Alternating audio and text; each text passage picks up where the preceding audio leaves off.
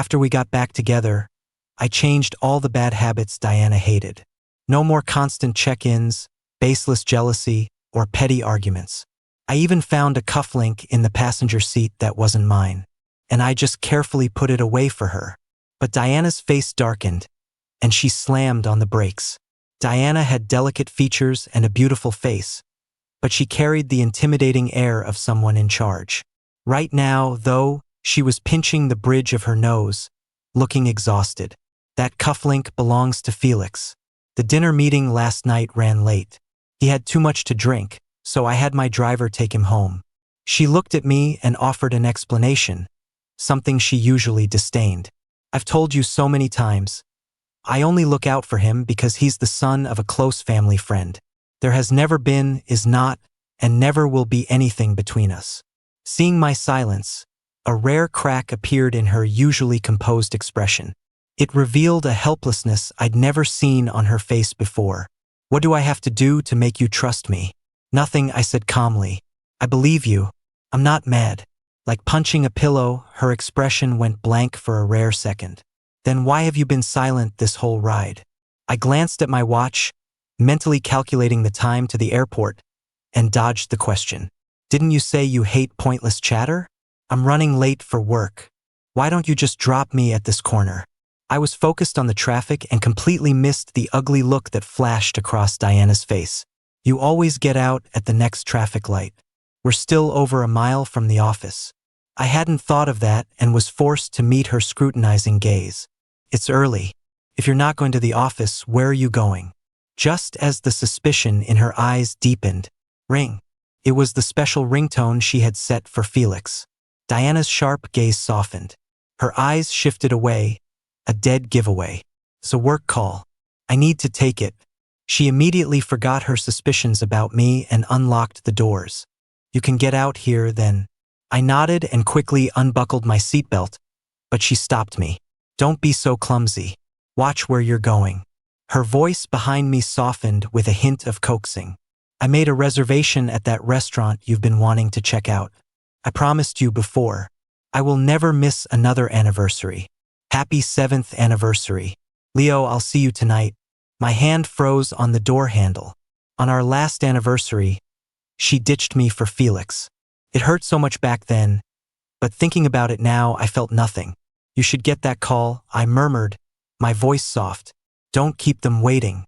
After all, Felix couldn't be kept waiting, and neither could my plane. As for our anniversary, this year, next year, and every year after, I'd be missing it. I finally made it onto the plane. After I sat down, I felt a little dizzy since I hadn't had time for breakfast. I reflexively reached into my pocket and, sure enough, found 3 pieces of chocolate. Ever since I fainted from low blood sugar a long time ago, Diana had made it a habit to put a few chocolates in my pocket every day. The sweetness melted on my tongue, and the dizziness quickly subsided. But then, a persistent, cloying bitterness rose in its place. 7 years together. How did Diana and I end up here? At first, I really believed Felix was just a nepotism hire she had to bring on because of his father's connections. I thought that was why Diana had to be so strictly professional with me at work while giving him special treatment. My department head, Mr. Rollins, gave me hell multiple times, and nothing happened. But when he was slightly rude to Felix, he was fired. Behind his back, everyone called Felix the princeling, even in front of me, Diana's secret boyfriend. I forced myself to understand her predicament, but the special treatment started bleeding into our life at home. Time and time again, Diana would ditch me to run to him whenever he called. One night, things blew up. I saw a photo in a private group chat with some coworkers. Diana, who had told me she was working late, was at a late-night movie with Felix. It was the same movie I had begged her to see with me, the one she'd flatly refused. Everyone says you have to see Beloved with the one you love. We should go, I had pleaded, tugging her arm playfully. Diana hadn't even bothered to look up. Watching cheesy rom-coms is a waste of life, she'd said. But in the photo, she was radiant, smiling from ear to ear, not a hint of impatience on her face. The messages in the group chat flew by, blurring before my eyes. When Diana got home, I asked her in a flat, toneless voice. Was beloved good? A flicker of surprise seemed to cross her eyes. Or maybe I imagined it. She was completely unfazed, her face blank. Were you following me? My heart felt like it was being smothered by a thick, wet towel. Couldn't breathe. Do I need to follow you? That sweet picture of you two has been all over the office group chat. My chest heaved uncontrollably. Diana, if you want to break up, just say it. You don't have to lie to me like this. Her expression didn't change. She was as calm as a bystander. If you don't have even the most basic trust in me, then I have nothing more to say. Leo, I've had a long day. I don't have the energy to fight with you. No guilt, no explanation. Compared to my pathetic state, she was so composed. She even remembered to carefully place the paper bag she was holding on the table. The words beloved on the bag were like sharp shards of ice, stabbing straight through my heart. All the emotions I had suppressed for so long, wrapped in an immense sense of grievance, came crashing down on me. Finally, the last thread of my sanity snapped. I snatched the bag and, in a fit of rage, smashed it on the floor. It wasn't sealed. The contents tumbled out, making a few soft thuds. I didn't even look. I just stared at Diana, my eyes red. We locked eyes, a standoff. A moment later, she stormed out, slamming the door behind her. I stood there, frozen like a statue, until something rolled to my feet. I looked down, stunned. It was a chocolate. The floor was covered in round, handmade chocolates. My heart still softened. I wanted to talk to her, to work things out. But for 3 whole days, Diana didn't answer her phone and didn't come home. I swallowed my pride and sent her a message. I was wrong to lose my temper without talking to you first. But it's also a fact that you said you were working late but went to the movies with him. Tonight is our 6th anniversary. I'll be waiting for you at home. Let's sit down and talk this through. Okay? But I waited from morning until night, and she never came back. As it neared 11 p.m., I made up my mind to go find her at the office. On the way, I ran into Mr. Rollins, the manager Diana had fired because of Felix. He dragged me into a dark alley. I don't dare touch the CEO, but I can sure as hell go after the pretty boy she protects. Can't I? Call after call to her private number went unanswered. My terrified cries for help were met with silence. If a passerby hadn't shown up and scared him off, I would have ended up with more than just a bruised and swollen face. When my phone suddenly rang, I was like a spooked bird and let out a short scream. Seeing the name on the screen, the strength that had held me together all night instantly collapsed. My voice was a choked sob, the sound of a survivor. Diana, hello? It was Felix's voice, low and laced with a smile. Diana's in the shower. I saw you called a few times. May I ask who this is and what you need? My throat felt like it was stuffed with hot coals. The flesh inside was seared and scorched. The pain was so intense I wanted to take a knife and carve out my own vocal cords. Hanging up the phone, such a simple act, seemed to drain all my strength. Beaten and broken, I limped to the police station to file a report. When it was all over, my alarm clock showed it was 12:01 a.m. the next day. I finally got a call from Diana. Her tone was as condescending as ever. Learned your lesson? In that instant, I knew. She had done it on purpose. All those unanswered calls on our anniversary were her punishment for my lack of trust. Tears streamed down my swollen face, feeling like acid on open wounds. When I spoke, my voice was as hoarse as a broken accordion. Diana, I said, let's break up. There was only a second of silence on the other end. Then a cold laugh. Fine. Don't you regret it? She hung up without a second thought. She agreed to the breakup without a hint of hesitation. First, I just had trouble sleeping. I couldn't stop replaying the details of our time together. I was terrified I had misjudged her, that I'd sentenced her unfairly. I started rereading our chat history over and over. But the more I read, the sadder I became, the more resentment I felt. I started to hate Diana. 6 years. 6 whole years. I hated how she could discard me so casually, like tossing out trash. At 4 a.m., I painfully deleted all her accounts. I got up and, in a rage, gathered all of her things. I stuffed them into large garbage bags and threw them violently into the dumpster downstairs. After all that, I thought I would feel relieved. But it was like I had meticulously planned to swat a mosquito that was tormenting me, only to find that the blood that splattered was my own.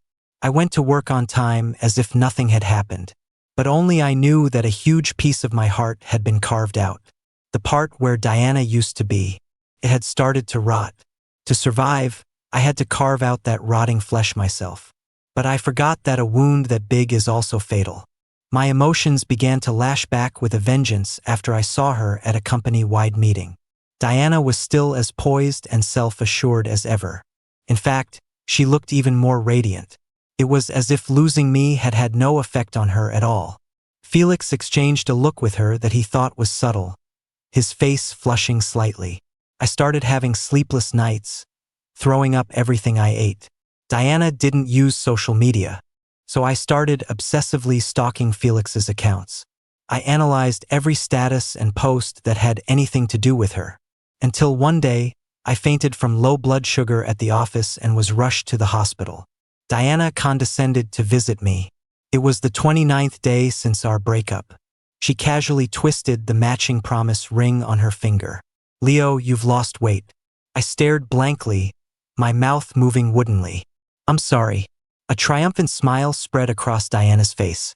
"We got back together. There's an old saying, better a short, sharp pain than a long, dull ache. But that doesn't work for everyone. For someone with a weak will, the best method is a quiet withdrawal. You keep the person in the same place in your life, but you slowly stop expecting anything from them." It was like slowly boiling my own heart. The process wasn't too difficult. The end wasn't too painful. At first, my heart would still ache whenever I had to pretend to be magnanimous. But Diana seemed very satisfied. Otherwise, she wouldn't have smiled faintly and patted my head like I was some kind of pet. "Leo, you've grown up." About 6 months after we got back together, my self-rescue method started working. I was slowly becoming the person Diana wanted me to be. When she didn't come home all night, I no longer checked up on her. I stopped asking about her and Felix. By the time I realized it, that piece of rot, like an overripe fruit, had finally fallen from the branch of my heart on its own. I paused for a moment, then smiled. Then I sent my resume to a company in France. They had extended an offer to me before, but I'd turned it down to stay with Diana. Luckily, they offered me the job again. I bought a plane ticket for 2 weeks later. I didn't plan on telling Diana. After all, our relationship had always been optional for her. I became more and more generous, more and more understanding. But Diana, it seemed, was starting to get unhappy. I thought I was just imagining things and kept working late as usual. When I got home, she stopped me before I could take a shower. Diana slowly lifted her eyelids. "Is there anything you want to tell me lately?" I yawned and shook my head, confused. "What's wrong?" "Nothing," she said, her voice flat. "Go ahead." But I soon learned she was, in fact, angry. My toes curled as I was forced to endure her advances, each time more aggressive than the last. Diana held me from behind, her warm breath on my neck. Her whispers were as soft as a feather, but her movements were as heavy as an interrogation. "Felix has been giving you a hard time at work, making you work overtime. Why didn't you tell me?" My stomach was cramping. I honestly couldn't understand what she was so mad about. I could only beg the instigator for mercy. Work is work, personal is personal. I'm being good. Before, my old boss, Mr. Rollins, the one who attacked me, was always giving me a hard time. Once, he made me take the fall for a huge mistake. In a meeting with hundreds of people, Diana tore into me without mercy. Even a pig wouldn't be this stupid. Back home, I swallowed my pride. "You can check the email records. Why wouldn't you listen to my explanation in the meeting?" Diana's face was blank, just like at the office. "Work is work and personal is personal. Leo, I only look at results. At the office, I'm your boss, not your girlfriend. I can't have your back." But 2 days later, my boss was fired. The reason? He was rude to Felix. I worked hard and was the top performer. When my boss left, everyone assumed I'd be the one promoted. But Felix, who hadn't even finished his probation period, was promoted by Diana over everyone else. He took my old boss's position and became my new boss. Now I was finally staying in my lane, not making a fuss, and keeping work and personal life separate. But Diana's movements stiffened, and she flipped me over. The light was too bright. I raised a hand to cover my eyes, and involuntary tears slid from the corners. But Diana insisted on pulling my hand away. I tried to resist, but I was too weak. "What are you doing?" She pried my hand away. Diana stared into my eyes, her tone stubborn. "You used to look me in the eye." I had no idea what had gotten into her. I just stared back at her, annoyed. In that instant, a flash of anxiety crossed Diana's face. She inexplicably covered my eyes with her hand. Then she leaned in to kiss me, repeating my name over and over. "Leo, Leo." The next day, Diana suddenly asked Felix to give a work report.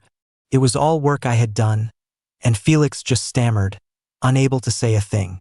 "If you don't even understand the basics of your own job," Diana said, her face impassive, "then you don't need to be in this position."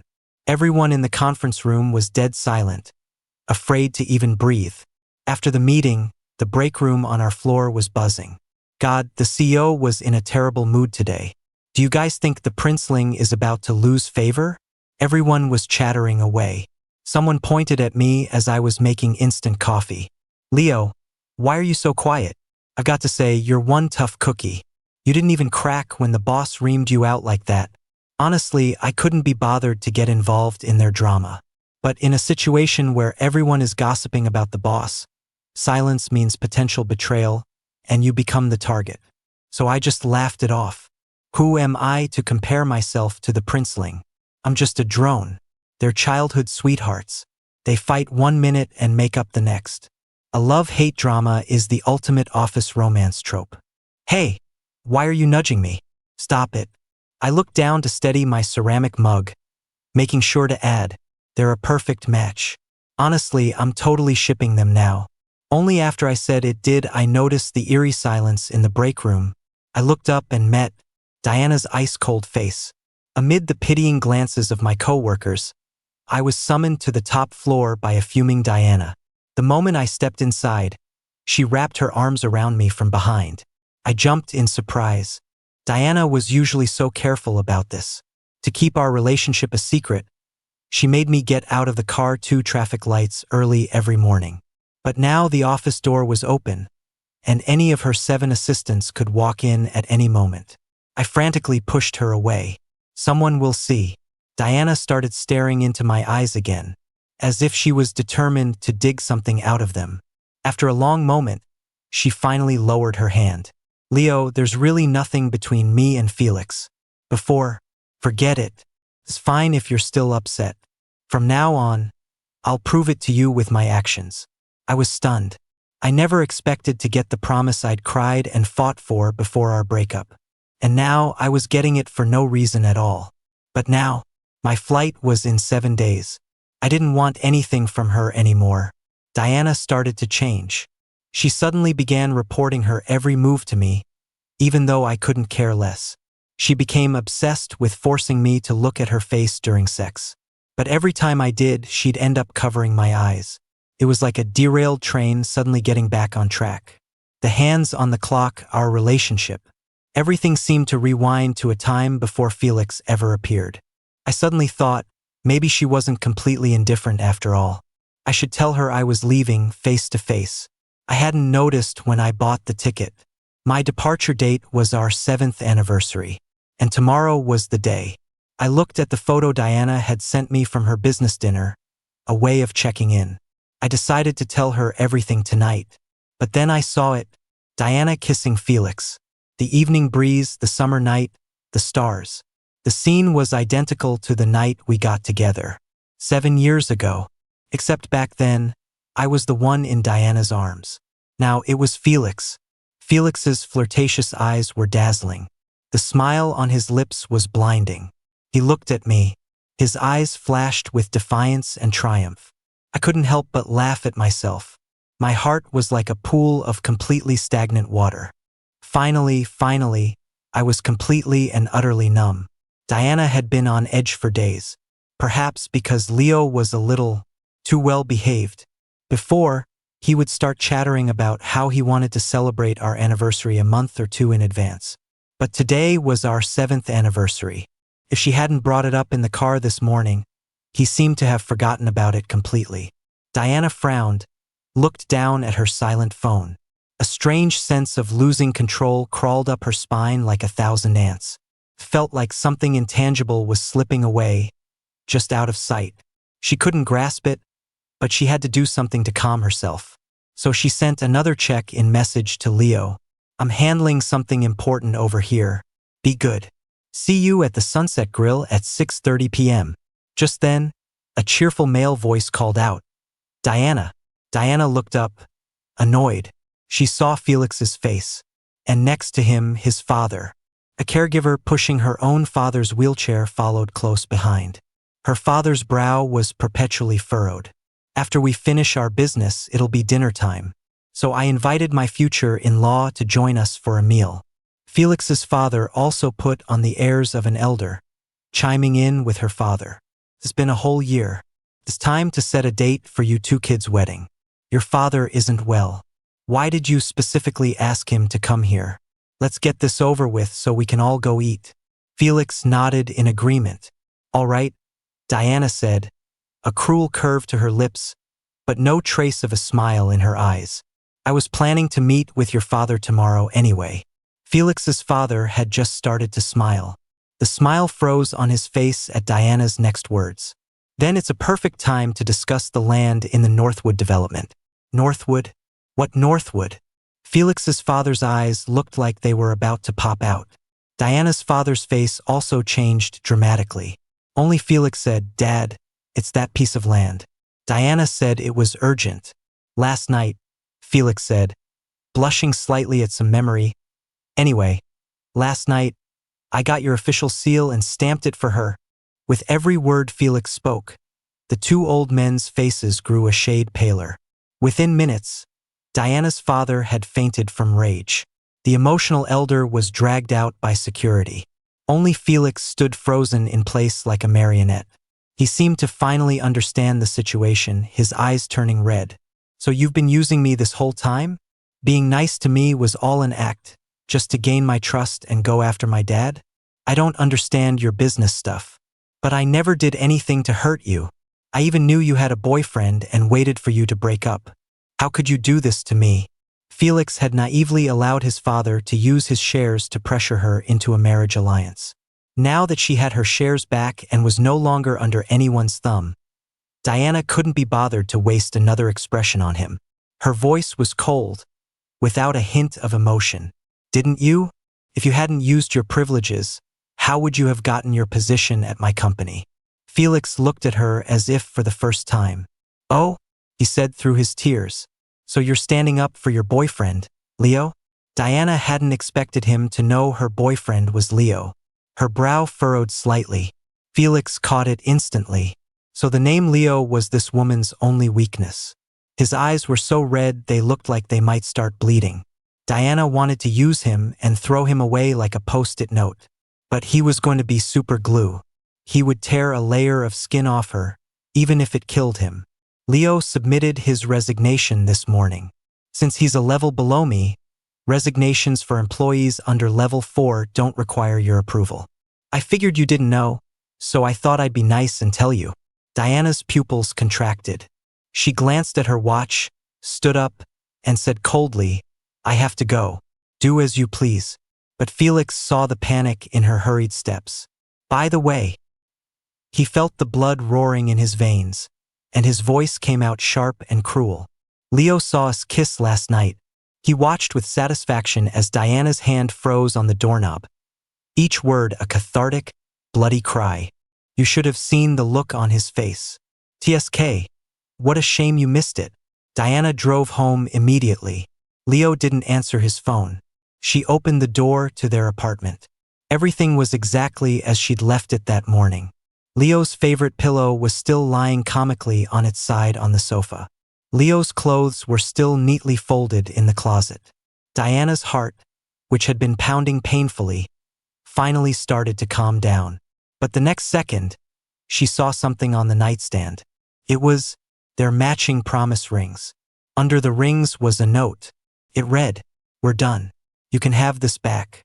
The number you have dialed is unavailable played over and over in her ear. Like a volley of poisoned arrows, each one pierced Diana's heart. Just then, an unknown number called. Diana, who had been calm even when signing her parents' death certificates, even when she learned their best friend had stolen most of her inheritance, found her hand trembling slightly. Hello. Her heart was dangling over a cliff. She grabbed onto the last straw. Leo? A polite, official voice came from the other end. "Ms. Diana, hello. We're the management from the Sunset Grill, which you booked out for the evening. It is now 6:31 p.m., and I see that neither you nor your boyfriend have arrived. Would you like to reschedule your proposal?" Her heart plummeted off the cliff, shattering into a million pieces. But Diana didn't even have time to feel the pain. For the next several days, she worked tirelessly, fending off the desperate last-ditch attacks from Felix's father and her own. She knew where Leo was but couldn't go to him. Until the 29th day after their breakup. Her family's company was completely, finally, hers. She flew to the country where he was living. Diana clutched the promise ring Leo had left behind. The metal dug painfully into her palm, making her heart ache. She finally understood that the indescribable bitterness in her chest was the feeling of being wronged.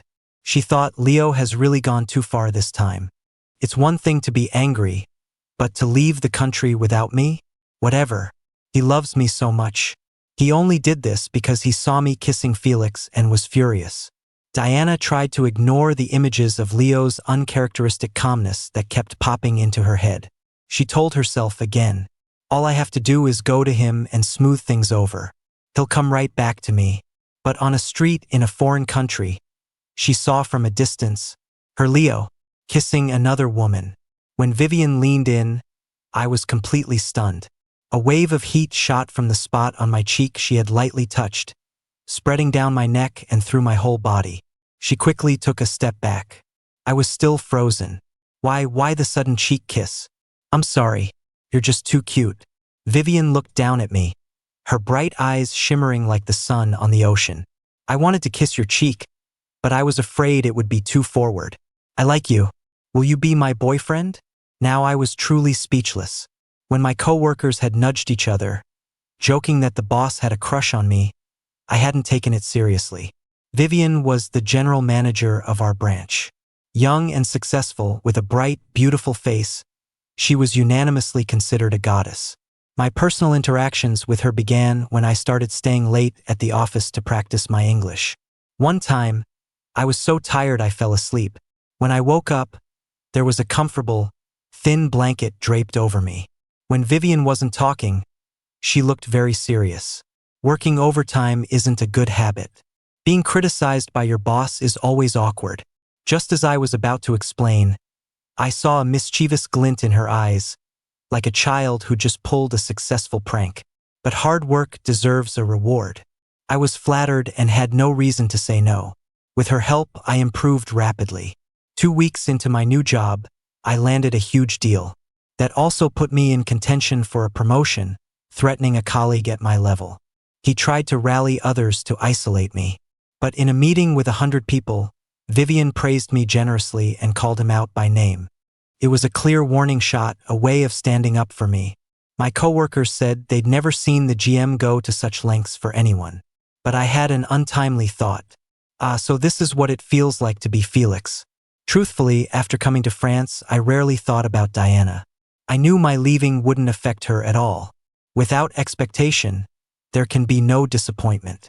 Besides, Diana was always an immovable mountain. She wasn't going to suddenly appear in my country like the CEO heroine from one of those cheesy dramas she hated. Leo.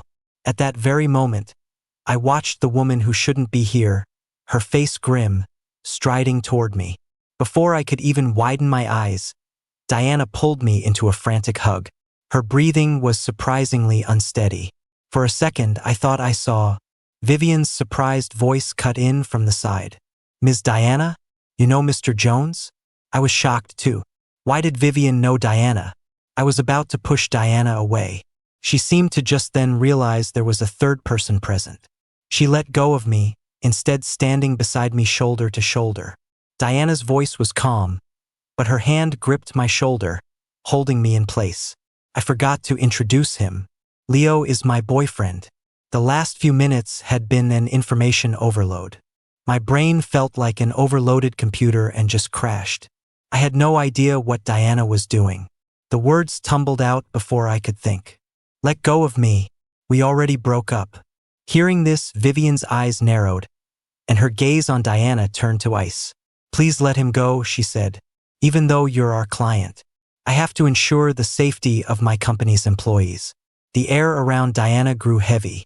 For some reason, she was full of hostility toward Vivian. Your GM here has a habit of giving her male subordinates sudden cheek kisses. She cut Vivian off, a cold sneer escaping her. I don't find that to be very professional behavior. I finally understood. Diana was the client behind the huge deal I had landed. A deep sense of exhaustion washed over me. The massive sense of accomplishment I'd felt from closing that deal now felt like a giant slap across my face. The truth is, quickly adapting to work and life in a foreign country isn't easy. But you fall in love with yourself by overcoming challenges, one after another. And besides that one deal, my other sales for the month had already put me at the top of the department. I just didn't understand.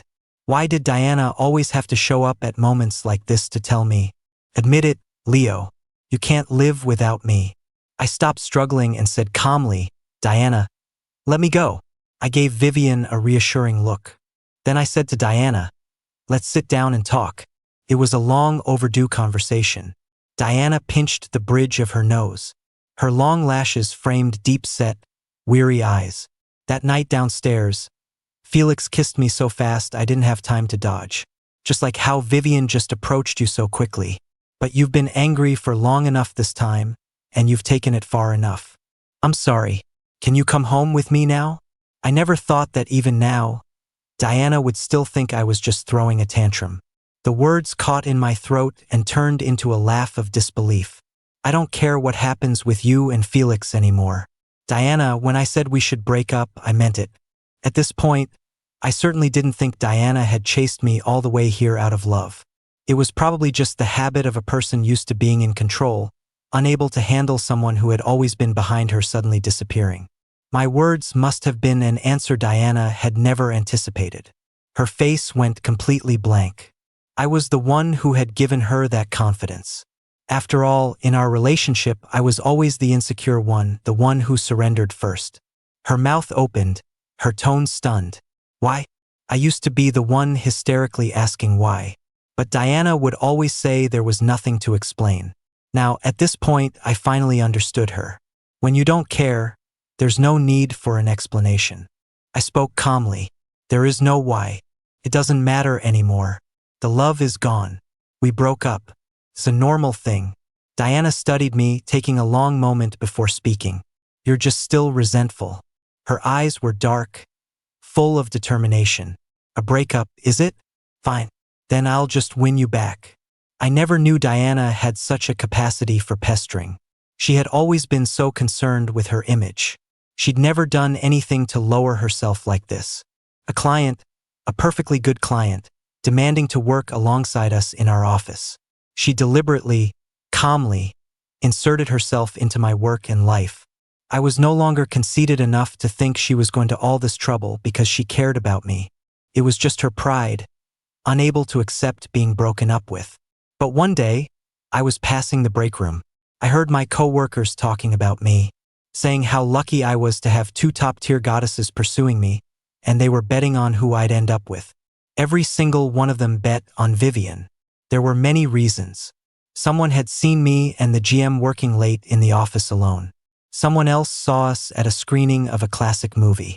The sound of a cup shattering on the floor, like a magnet, pulled everyone's attention to the other entrance of the break room. Diana was standing there. She met my gaze from across the room. The woman who was always so cold and powerful now looked desolate and lost. This time, Diana used her status as a client to force me to have dinner with her. She clutched her glass, her voice dry and hoarse. This past year, I've been terrible to you, haven't I? Diana's long eyelashes trembled like a butterfly's wings. I was wrong. I didn't handle my interactions with other men properly. But I've fired Felix now. My feelings for you haven't changed. You can't sentence me to death over these things. Just like I know, she paused, forcing a light tone, that there's nothing going on between you and Vivian, right? It turns out there really is no such thing as true empathy in this world. Only when you're standing alone in a blizzard do you realize how bone-chilling and unbearable it is. I watched her expression and, for the first time, felt a sense of satisfaction.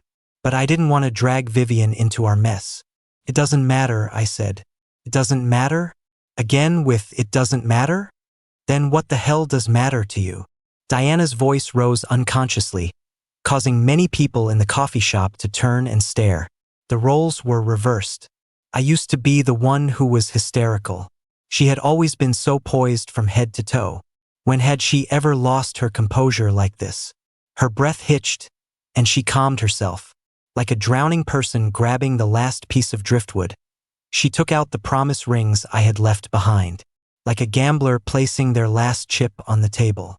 You once said you wanted to trade this ring for a wedding ring. You said it would always be true. Let's go home and get married, okay?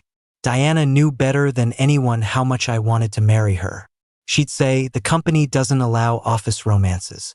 It's not the right time to go public. And so I remained her secret, unrecognized boyfriend for years. I waited year after year.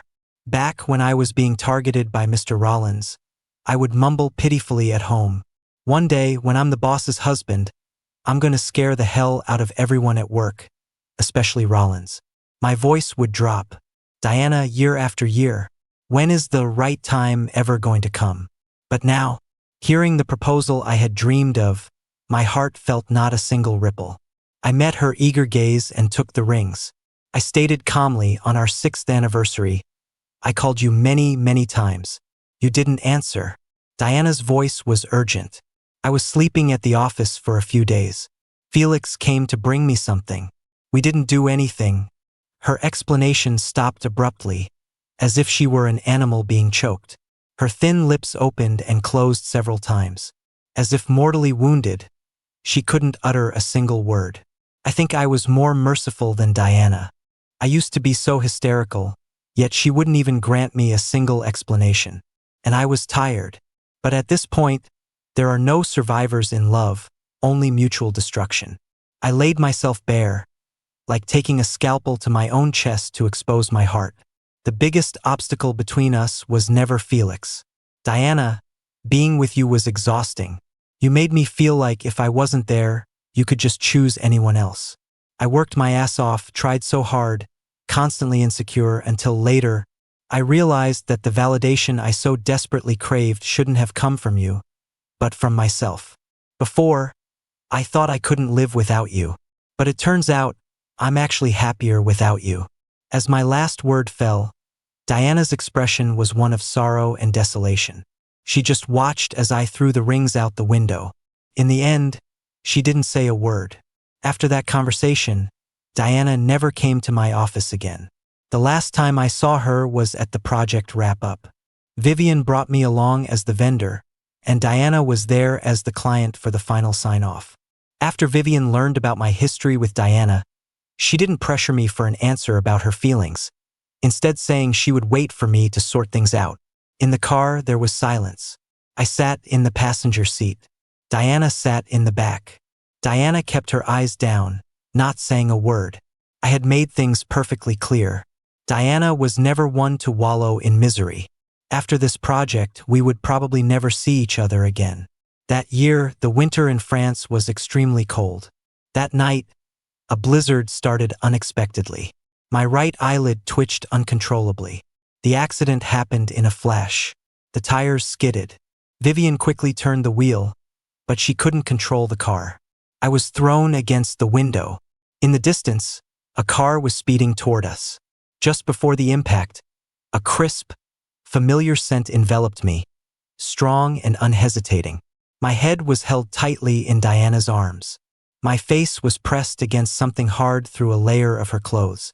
I suddenly realized it was a ring, the ring I had thrown away. At the very end, Diana said, "Leo, I'm sorry." I opened my eyes again. Diana was still in the ICU, fighting for her life.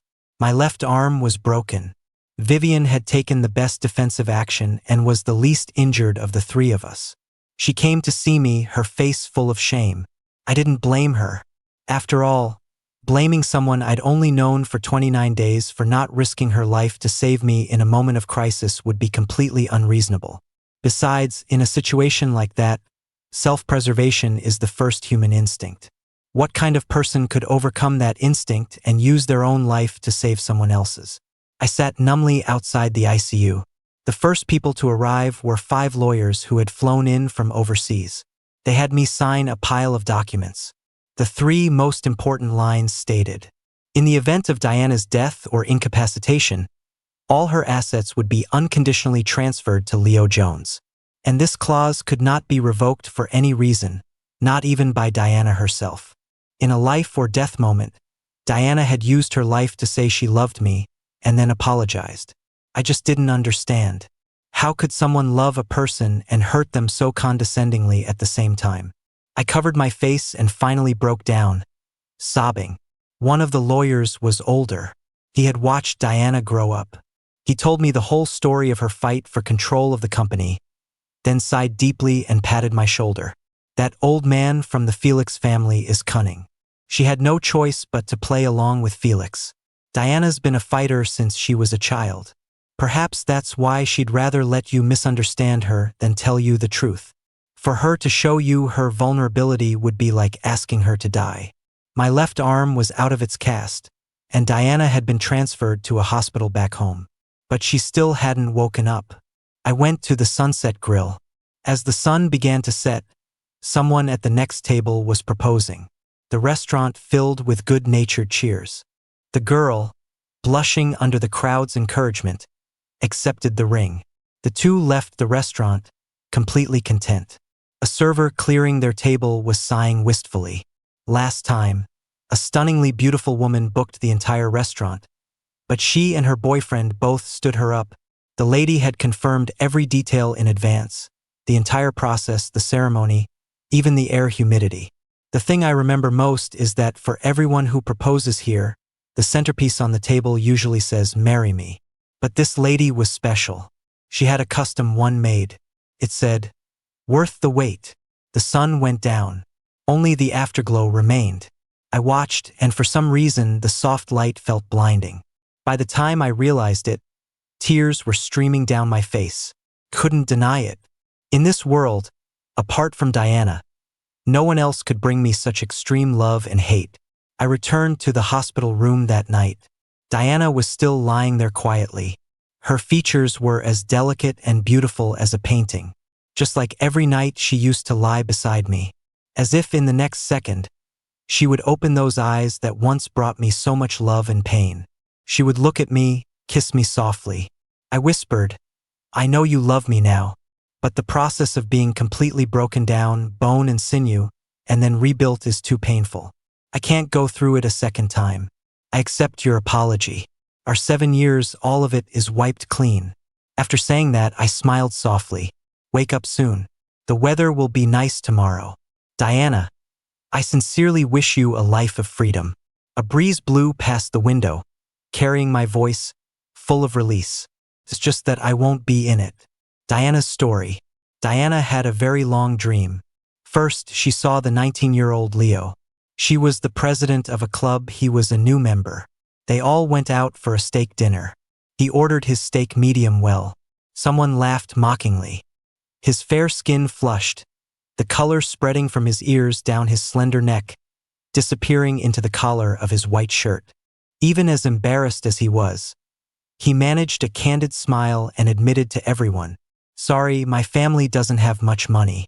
I've never had a steak dinner before." That rare honesty and resilience were deeply moving. Looking back, her heart had already caught fire for him. But everything Diana had ever loved, from childhood to adulthood, she could never keep. She once found a weak little puppy on a rainy night and cared for it meticulously. On the third day, it appeared on the family dinner table. Her father picked up a piece and chewed. The loose flesh of his face folded in on itself, like some kind of monster. "Diana," he said, "don't do useless things." But the old man himself did plenty of absurd things, like helping the son of his unrequited love steal his own daughter's inheritance, like trying to arrange a marriage between their grandchildren to fulfill his lifelong regret. Diana plotted for years. At first, it was for revenge, for power. Later, it was to rightfully bring one person under her protection. She had to ensure Leo was absolutely safe before she could reveal him to the world. Felix's father was a cunning man, but everyone has a weakness.